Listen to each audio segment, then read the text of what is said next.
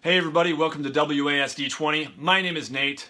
Big news today in the world of Dungeons & Dragons. D&D Beyond was announced, a new digital tool set for the game. I want to thank Jake from Mini Terrain Domain for tipping me off to this. He posted it over in the Absolute Tabletop Facebook group. So let's break it down. Let's talk about what it is. I'll share my impressions and tell you what I think and kind of talk about what Wizards of the Coast is doing here. So first off, the announcement on Wizards of the Coast page, which I'll put a link to down in the description below, as well as the YouTube video they released, just kind of showing off the product, little snippets. But the announcement said, we are excited to announce development of D&D Beyond, an official digital tool set for use with Dungeons & Dragons 5th edition rules. We have partnered with Curse to take D&D players beyond pen and paper, providing a rules compendium, character builder, digital character sheets, and more, all populated with official D&D content. So, sounds good to me. I think this is something that has been needed, and if it sounds a little bit familiar, that's because it is. You may remember at the time of 5th edition release, there was a product in the works. They were actually in beta testing. I think it was called Dungeonscape from Trapdoor, also called codename Morningstar, I think. And it seemed really cool. A lot of people got on in the beta. I heard some good things, some mixed things. I think there were some kinks to work out, but I think a lot of us were surprised when Wizards flat out canceled it. It must not have been going well in their eyes, or maybe there was some disagreement that we don't really know about. Maybe some of you know more than me, I don't know, but I remember being fairly surprised that they canceled that. And then a couple months later, I think it was, Trapdoor announced a Kickstarter that they were going to try to go it on their own here, and they were trying to raise $425,000, which to a lot of us, I remember we were saying, why so much, right? This thing was already in beta testing. It seemed like they had it pretty far along. Why would they need so much money? I don't know much about development. I don't know much about the product, but it seemed like a lot to me, and they fell short of that. They failed. So that was a real bummer, and I think that since then, this has been something that's been needed. So I think maybe Wizards of the Coast is finally getting up the courage, and maybe they're learning from that experience to get to the point where they can do that, right? So in the video, if you watch the video, you see, some interacting with some interactive character sheets, where it looks like you can probably put in a number for an ability score, and then it will automatically populate the modifiers and things like that. If you choose your race, it will probably automatically fill in the racial abilities. All the stuff that you could kind of do in other ways. I think there were some people were using Excel spreadsheets. I don't know if there's other methods of doing this, other programs out there, but it's nice to have a really slick official product that does this. While I know a lot of people prefer the old school, just give me pencil and paper, man. I can understand that, and I can very much relate to that. I really like it. I think that especially for new players, this is really handy when you're trying to build a character for the first time. It might be the case where often in the past people just say, here, just take a pre-gen. Well, now you can actually choose some things and have some more customizability without necessarily having to do all the legwork of figuring everything out, which I think it's an important process. At the same time, it can be really daunting, and it can be an actual barrier from new players even stepping into the game when they look at the process of character creation. It was really hard for me when I first started playing RPGs, for sure. So that's great. When they say digital rules compendium, I'm kind of left wondering what that means. I'm hoping that means all the content from the books. I assume that it would. I don't see why they wouldn't want to release all the content from the books. Obviously, it would probably be a la carte. You have to buy, the monster manual. You have to buy your player's handbook. You have to buy the Sword Coast Adventurer's Guide. There's also, this is kind of cool, there's also some ability to add homebrew content. They even looked like they had create a spell on the spell thing, so you can make your own homebrew spell maybe, and have that actually in the rules compendium under the homebrew section. So that seemed kind of cool too. It's nice that they're having some flexibility with that and allowing, what often happens, people homebrewing content. Let's see, what else? Some interesting things that I'm kind of wondering about is, will it connect players digitally? Will it connect players online?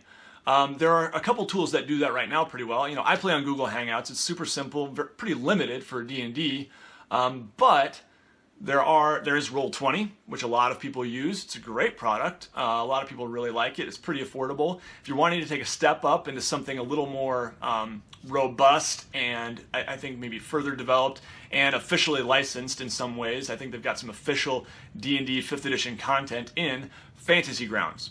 You can now even buy it on Steam. It's pretty popular, but it's a little pricey for sure. And it seems really cool. From what I've seen, it seems really cool. I haven't tried it, haven't taken the time. They actually offered me a key to do a review, and I don't have the time to mess with it right now, but maybe one of these days I'll get around to Fantasy Grounds. It does seem cool.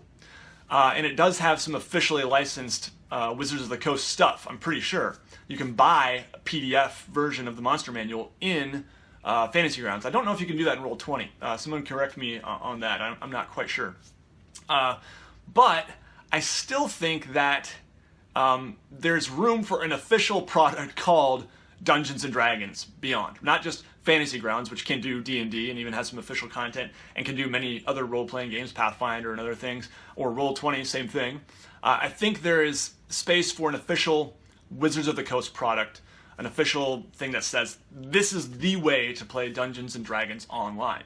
Not that I'm going to stop using Hangouts, not that everyone's going to fork over the money, not that everyone's going to leave Fantasy Grounds or Roll20, but I think there's space for that. I think that in some ways it's good for Wizards to do something with the official name on it so that more people are attracted to it. And I think it could bring more people into the hobby than having to know, like, oh, how do you do, oh, Fantasy Grounds, what's this? And oh, you can get D&D in there, but no, having an official, this is the way to play D&D online, according to Wizards of the Coast, I think isn't such a bad thing. So I don't know if it's going to do that. All I know is, from what they're saying, it sounds like it's going to be at the traditional tabletop. It even says here, D&D Beyond speaks to the way gamers are able to blend digital tools with the fun of storytelling around the table with your friends, says Nathan Stewart, Senior Director of D&D. These tools represent a way forward for D&D, and we're excited to get them in the hands of players soon. So, sounds like they're saying traditional tabletop, but digital tools. I still wonder, since Curse is helping out here and they're partnering with Curse, it makes me think that, Curse is all about you can chat with your friends online, you can even do video chat. It makes me think that there must be some way they're going to do that too. I'm not sure. But the video does look pretty cool. I personally really like the old school pen and paper. I'm not a huge fan of having phones and iPads at the gaming table. I do it sometimes, I'll have my laptop and I'll have my Google Doc up or an iPad handy to show like a picture of a monster, just have some, photos on my laptop, some images for NPCs and monsters. It is handy in that way. I'm not totally against it, but I don't like the sight of a gaming table full of people on their laptops, for example. I don't know. Anyway. I know that some people will really appreciate having access to official PDFs on any device. I think that's great. I am not a huge fan of PDFs. I really like the physical books, but I totally get that there are advantages to PDFs. Having that digital table of contents. If you look at the video, the spell list looked super slick. It had all the little classes up there, little thumbnail image for each class, wizard, cleric, druid, etc., and you can click, and then it had the spell list, and then you can, I assume it's organized by level or alphabetical, you can probably choose, and then you click on the spell and it expands. It's really slick. It looks good. That's something that's very user-friendly. Probably take less time to look things up than it would in a book. The fact that you can probably have that on your character sheet too, click on a spell on your character sheet and it expands and shows you exactly what it does instead of having to look up the book or get these spell cards or write them on note cards or type them up or whatever people do, which, all those ways work. They're great tools too, but this looks like it could be really slick. One thing I'll say is, although I'm really very much a fan of the traditional just paper, pencil, and the players and dice, I do almost always type up my character sheets because I lose them. I can't keep track of paper very well. So that is really handy for me. I do use Google Docs to organize campaign notes and things like that. So I do a lot of stuff digitally. Anyway, I'm rambling here. I want to hear from you. What do you think? Is this something that you would be excited about? If so, I highly recommend you go out and sign up for the beta. I don't know when that's coming out, but you can sign up now, give them your email, and you'll be on their list to get more information and maybe even get your hands on it a little bit early. I hope I can. I'll definitely be willing to give it a shot. But yeah, I want to hear from you. What do you think? Is this something that's needed? Is this something that you would use? And yeah, I want to thank everybody for watching. If you like this one, make sure you give it a thumbs up. If you're not subscribed, I really appreciate if you subscribe. If you want to support this channel, you can do that. I have a couple links down in the description below for how you can help support WASD 20. Everybody take care. You'll see me again very soon.